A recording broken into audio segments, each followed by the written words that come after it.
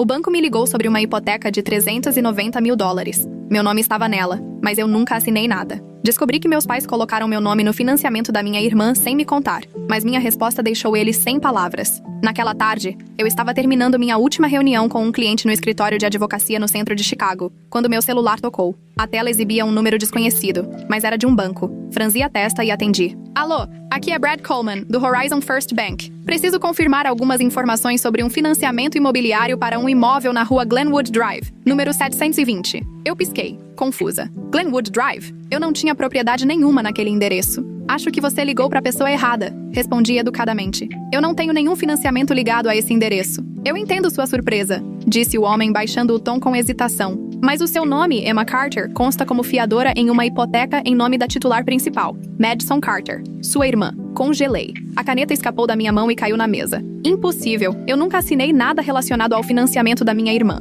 Entendo, mas o financiamento foi aprovado há 7 meses. Todos os documentos têm sua assinatura. Seus pais trouxeram pessoalmente a papelada aqui na agência. Prendi a respiração. Uma enxurrada de imagens passou pela minha cabeça. O olhar desviado da minha mãe durante o jantar de Natal, o silêncio constrangedor toda vez que eu mencionava a casa nova da Madison, e especialmente quando me entregaram alguns formulários de seguro-saúde na festa de aniversário do meu pai, dizendo que era só uma renovação e que eu precisava assinar rapidinho. Tentei controlar minha voz. Preciso imediatamente de cópia de todos esses documentos. Vou enviar por e-mail nos próximos minutos. Brad respondeu. Mas tem outro problema. As parcelas estão atrasadas há mais de 2 meses. O saldo atual é de aproximadamente 17.800 dólares. Meu peito apertou, e eu já não conseguia mais prestar atenção no que o Brad dizia depois disso. Assim que desliguei, liguei pro Alex, meu melhor amigo desde a faculdade, também advogado civil, e a única pessoa que eu sabia que não ia me julgar por algo tão absurdo. Forjaram minha assinatura, disparei quando ele atendeu. A Madison, meus pais,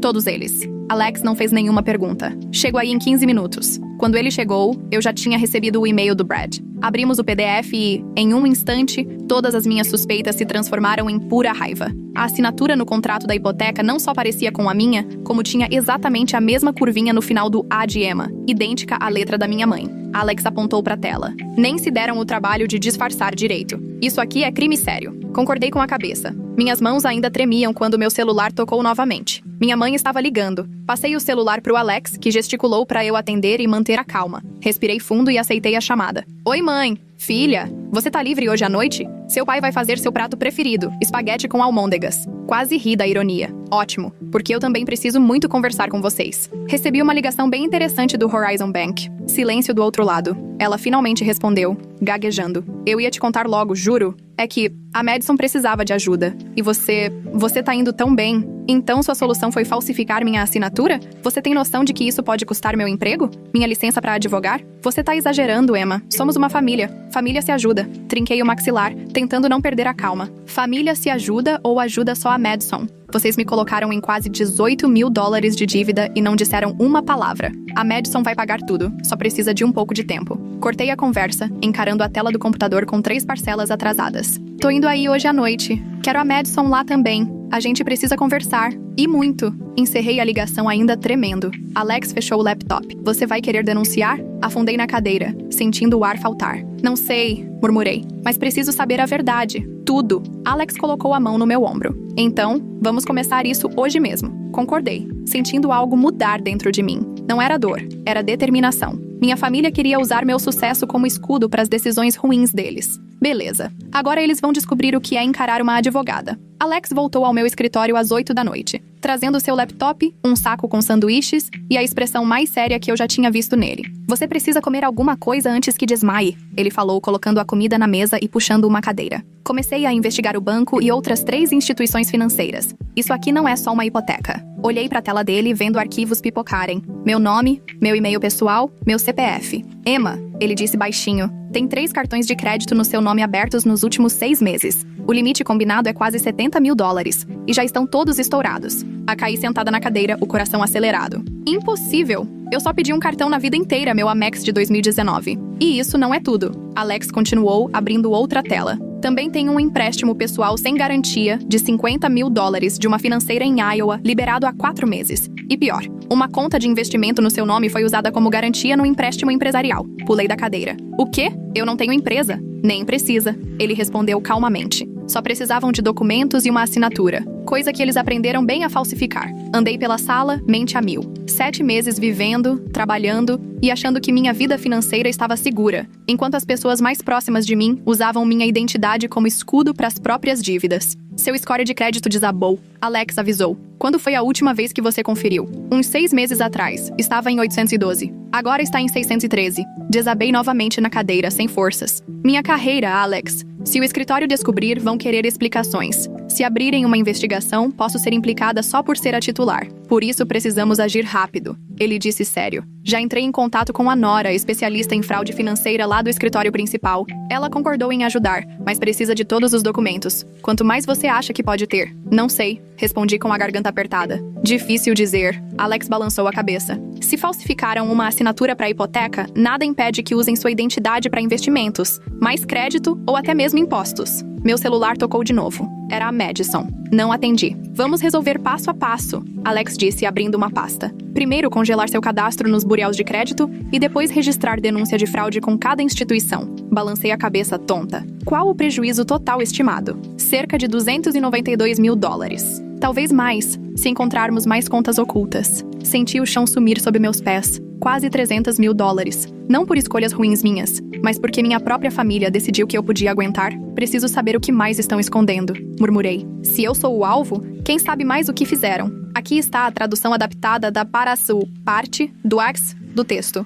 com contrações, expressões idiomáticas, modificadores, coloquialismos, interjeições e correções gramaticais e de pontuação. Alex concordou com a cabeça. Vou alinhar tudo com a Nora. Acho que você devia chamar também um analista jurídico independente para revisar todas as transações feitas nas suas contas. De repente, um pensamento passou pela minha cabeça. Espera aí. Minha mãe pegou meu notebook emprestado 2 vezes no mês passado, dizendo que era só para ver e-mail. E a Madison? Ela foi até meu escritório no meu aniversário e ficou até tarde. Pode muito bem ter visto minhas informações financeiras. Alex abriu o laptop dele e acessou o histórico de logins da minha conta remota. Poucos segundos depois, virou a tela na minha direção. Aqui tem um login não autorizado vindo do IP da casa da sua mãe, logo depois da visita da Madison. Então é isso? Perguntei com a voz sem vida. Eles não só se aproveitaram de mim, eles planejaram tudo. Alex hesitou. O que você quer fazer agora? Olhei para ele. A resposta estava clara, sem volta. Amanhã à noite vou confrontar eles, mas não como família. Vou deixar bem claro que eu já sei de tudo. E dessa vez, não vou sozinha. Quando entrei na casa suburbana onde meus pais moravam há mais de 20 anos, me senti uma completa estranha. Tudo estava igualzinho ao último dia de ação de graças. O carpete gasto, o retrato da família na sala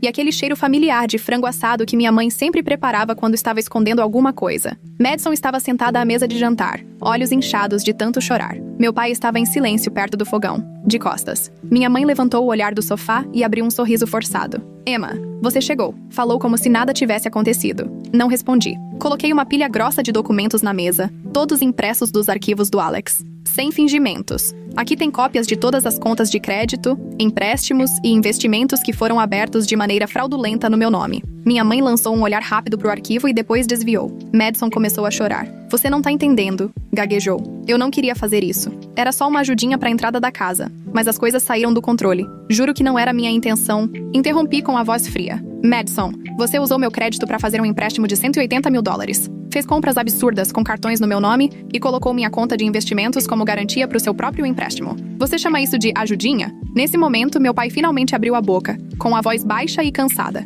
Ela só precisava de um empurrão, Emma. Você já tem tudo. Carreira, dinheiro, reputação. Sua irmã só precisava de uma chance. Encarei ele, incrédula. E vocês acharam razoável falsificar minha assinatura e usar minha identidade como ferramenta financeira? Minha mãe se levantou e se aproximou. Emma, somos família. Sei que foi errado, mas achei que você fosse entender, que ia nos perdoar. Dei um passo atrás. Perdão não tá na minha lista hoje. Madison agarrou meu braço, lágrimas rolando pelo rosto. Eu vou pagar tudo de volta, juro. Só preciso de um tempo. Peguei meu celular e mostrei pra ela a foto da fatura do cartão. Só no mês passado você gastou quase 9 mil dólares num spa e mais 3.500 em bolsas de grife. Como exatamente você pretende pagar isso? Quanto você ganha por mês? Silêncio. A pergunta cortou a sala feito uma faca. Eu não sei. Admitiu Madison tão baixo que precisei me aproximar pra ouvir. Eu não tenho emprego fixo. Assenti com a cabeça. Tá vendo? Sinto muito, mas você não tem como pagar. E se vocês acham mesmo que o amor é justificativa suficiente pra destruir meu crédito, minha carreira e minha reputação, então talvez a gente já nem fale mais a mesma língua.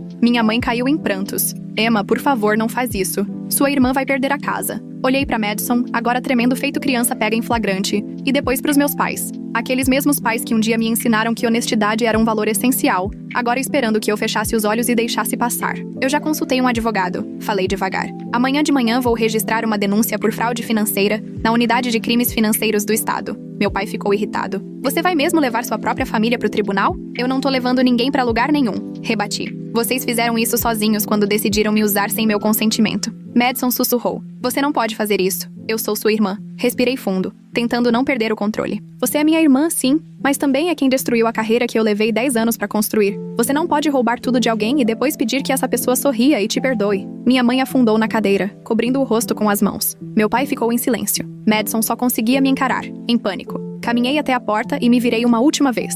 Não tô fazendo isso por raiva. Tô fazendo por justiça. Se eu ficar quieta agora, vai acontecer outra vez. E outra. Até não sobrar mais nada pra eu proteger. Fechei a porta atrás de mim, deixando pra trás lágrimas, traição e aquela desculpa que sempre se repetia. Somos família. Porque pela primeira vez na minha vida, percebi que família não é licença pra machucar alguém. E depois, chamar isso de amor. 3 dias após confrontar minha família, eu estava no escritório de Solstice James, uma assessora financeira sênior indicada pelo Alex. Bastaram 5 minutos para eu entender por quê. Solstice falava pouco. Apenas estudava cada linha de dados com precisão, digitando como se estivesse decifrando um mapa do tesouro amaldiçoado. Eu estava ao lado dela, sentindo um suor frio escorrer pelas costas enquanto via a tela se encher de números e nomes de contas que eu nunca tinha visto antes. Emma, ela finalmente disse após quase 2 horas rastreando transações. Temos um problema muito maior do que você imagina. Olhei para cima, apreensiva. Quão maior? Grande o suficiente para envolver o FBI. Prendi a respiração. Solstice virou a tela para mim.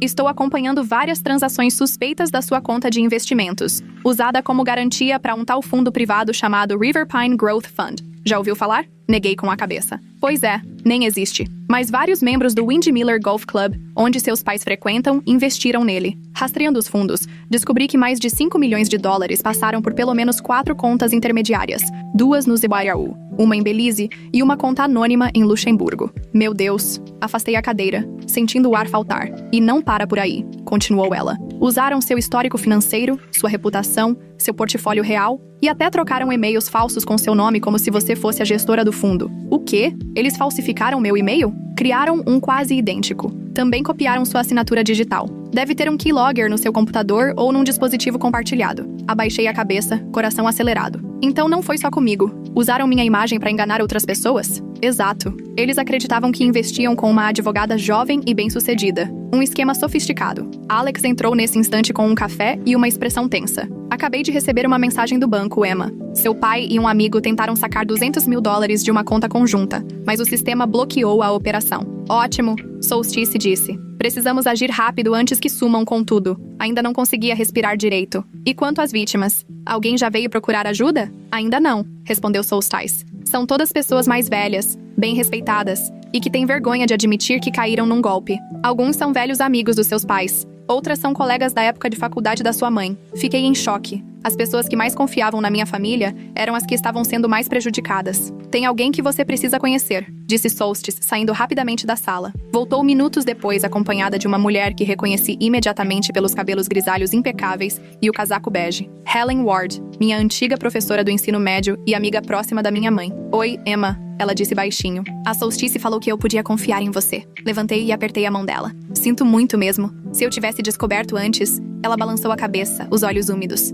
Eu confiei na sua mãe, na sua imagem. Jovem, bem-sucedida, entendida de finanças. Eles disseram que você administrava o fundo. Eu investi todas as minhas economias da aposentadoria. Minha garganta travou. Vou fazer tudo o que estiver ao meu alcance para recuperar esse dinheiro. Eu prometo. Juro pra senhora. Alex confirmou com um aceno. Já preparamos um dossiê completo, completou Solstice. Amanhã cedo vamos enviar ao Departamento Federal de Investigações. Estamos compilando também uma lista detalhada das vítimas. Assim que o caso for aberto oficialmente, todos vão receber proteção e apoio jurídico. Olhei para o quadro branco na parede, coberto de post-its com nomes das vítimas, valores em dólares e datas das transações. Parecia a planta de um esquema gigantesco de fraudes financeiras com meu nome bem no meio. Quanto tempo a gente tem? Perguntei. Pouquíssimo, respondeu Alex. Eles estão entrando em pânico. Se esperarmos demais, esse dinheiro pode sumir em sistemas bancários estrangeiros e ficar fora do nosso alcance. Cerrei os punhos com força. Então começamos agora. Naquela manhã, Entrei na sede do Hallett Bank com Alex Soltis carregando um arquivo enorme cheio de e-mails falsos, relatórios financeiros,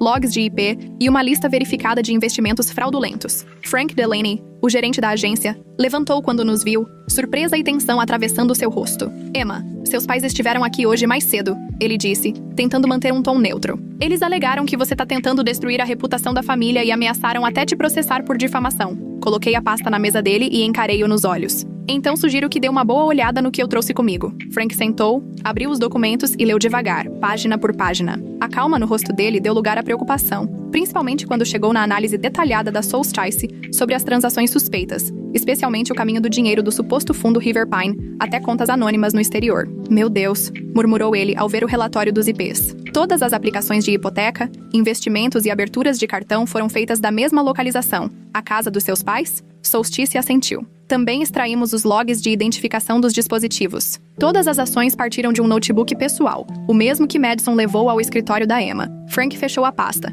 A expressão dura, feito pedra. Vou ter que levar isso imediatamente para o setor jurídico interno. O banco precisa congelar todas as contas relacionadas até o fim da investigação. Já enviamos o mesmo relatório à polícia do condado de Northridge e ao escritório federal de crimes financeiros, acrescentou Alex. Os policiais devem chegar em breve. Menos de 1 hora depois, 2 agentes à paisana entraram no banco. Inspetor Hope e Subinspetor Morales, que reconheci de uma reunião anterior. Senhorita Carter, obrigado pela cooperação. Revisamos as evidências. Está na hora de trazer os envolvidos. Esperei na sala de reuniões ao fundo enquanto Frank ligava para os meus pais e para Madison, pedindo que voltassem ao banco para esclarecer algumas dúvidas sobre o financiamento. Os 3 concordaram imediatamente, provavelmente ainda achando que estavam com tudo sob controle. Quando entraram na sala, minha mãe foi a primeira a falar, com uma voz tranquila, como quem entra numa festa. Frank, que bom que você ligou. Achamos melhor esclarecer logo as coisas com a Emma. Meu pai fez um aceno rápido e seco com a cabeça. Madison não olhava nos meus olhos. Esclarecer? Exatamente, falei, empurrando o arquivo pela mesa. Por favor,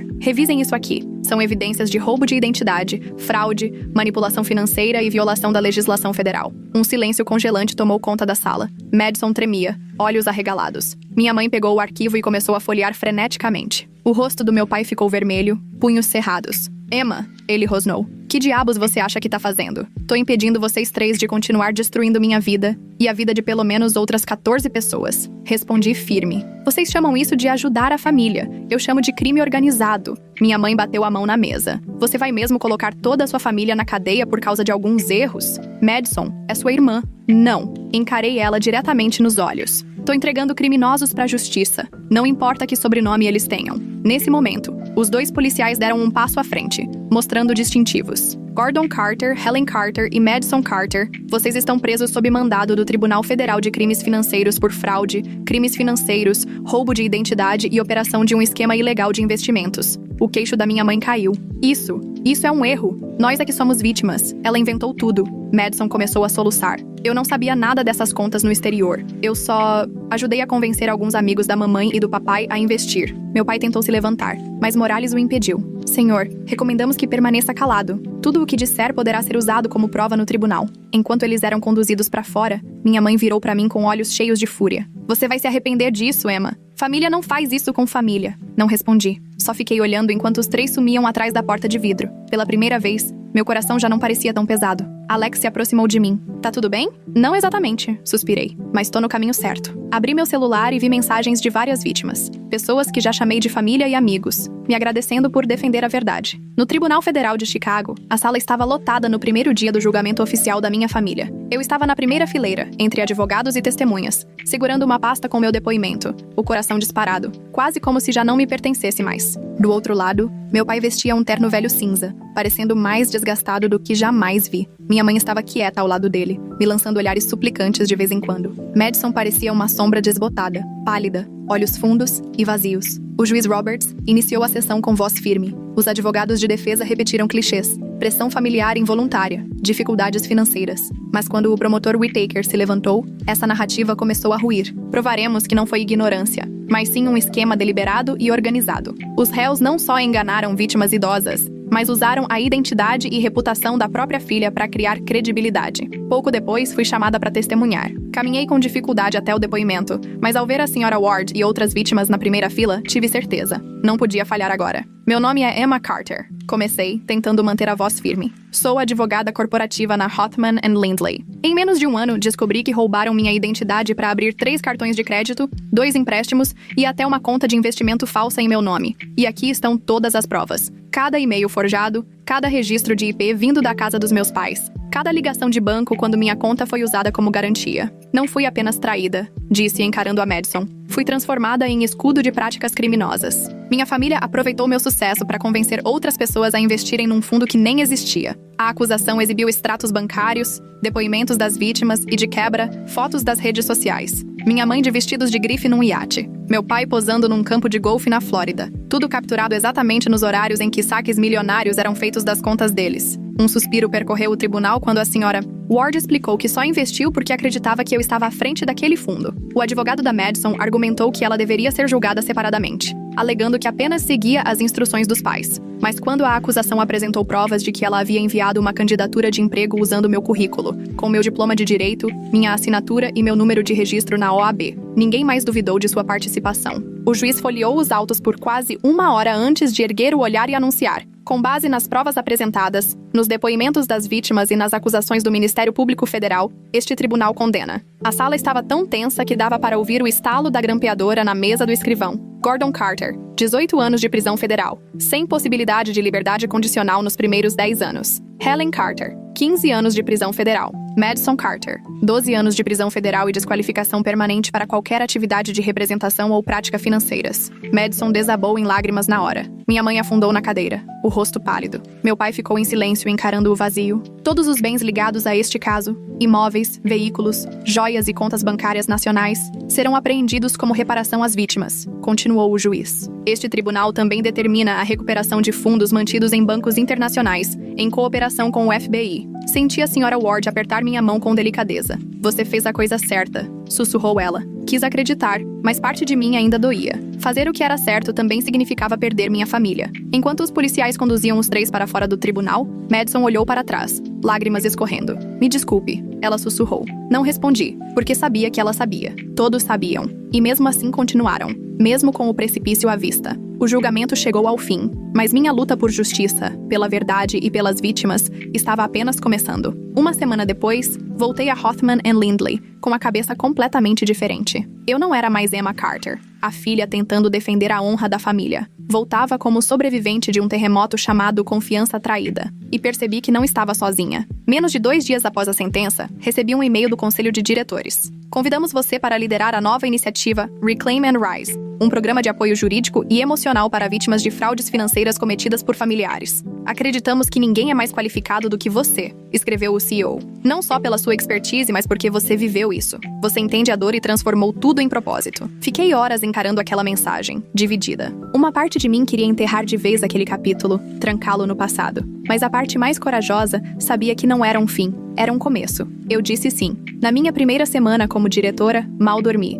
Junto com Solstice e Alex, estruturamos o programa. Lançamos uma linha direta. O site entrou no ar em 10 dias e, em menos de 1 semana, mais de 300 pessoas já haviam buscado ajuda. Eram principalmente mulheres de meia idade, idosos ou pessoas traídas por quem amavam. Uma das primeiras ligações que me marcou veio de Marlene, uma senhora de 67 anos.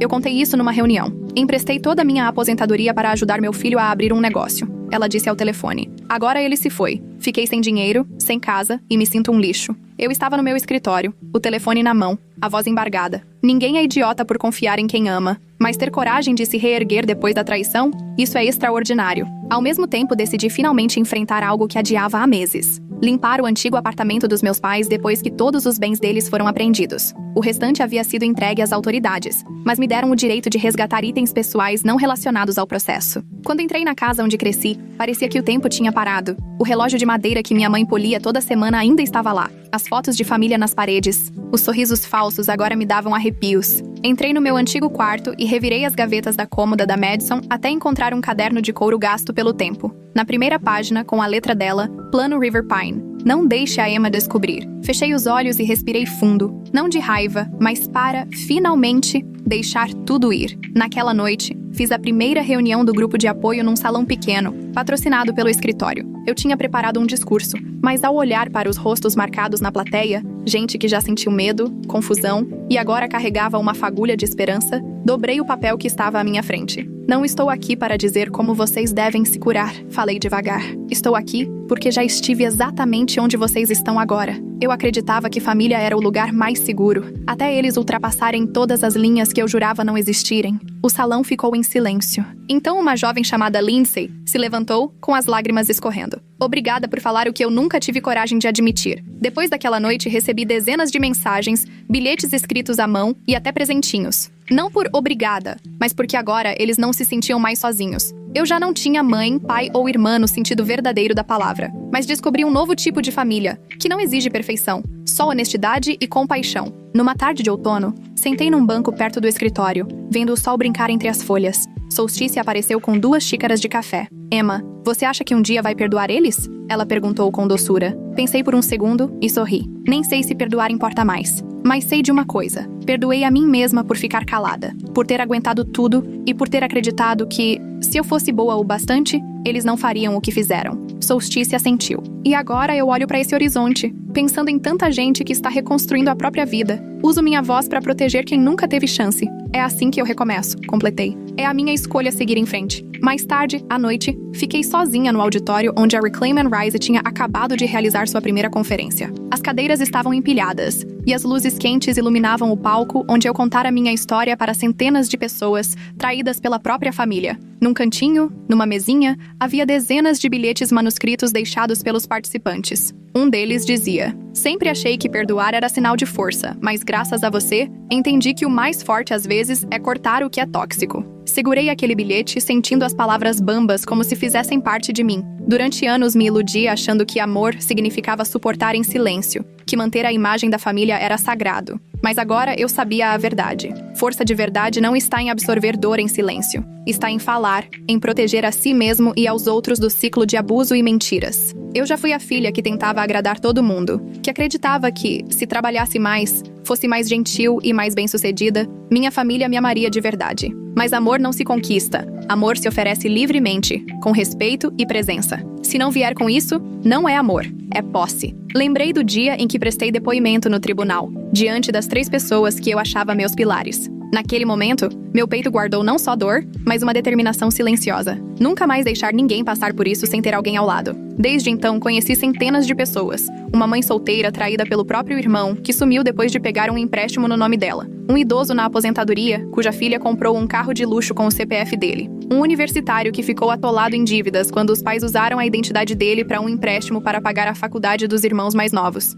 Histórias diferentes, mesma dor, a traição de quem a gente ama sem questionar. E comecei a entender que às vezes precisamos redescobrir o que significa família. Família não é só sangue, não é só sobrenome ou teto em comum. Família é onde você está seguro, onde a confiança é respeitada, não abusada. É onde você não precisa provar seu valor para ser amado. Olhei para a faixa atrás do palco, com o lema do programa em letras brancas e garrafais. Justice begins with truth. Alex entrou pela porta lateral, trazendo 2 xícaras de chá quente. Entregou uma para mim e se sentou ao meu lado. Você foi incrível hoje, disse ele. Não só pelo que contou, mas por fazer todo mundo sentir que não está mais sozinho. Sorri. Eu só não quero que ninguém ache que é fraco ou errado por ter a coragem de se afastar da família antiga. Alex hesitou. Você alguma vez pensa em perdoar eles? Olhei pela janela, onde o pôr do sol ia sumindo. Não guardo ódio, respondi. Mas perdoar não significa deixá-los voltar. Perdoar é pela nossa paz de espírito, não para dar mais uma chance a eles. Virei para ele. Não estou mais atrás do amor de quem me feriu.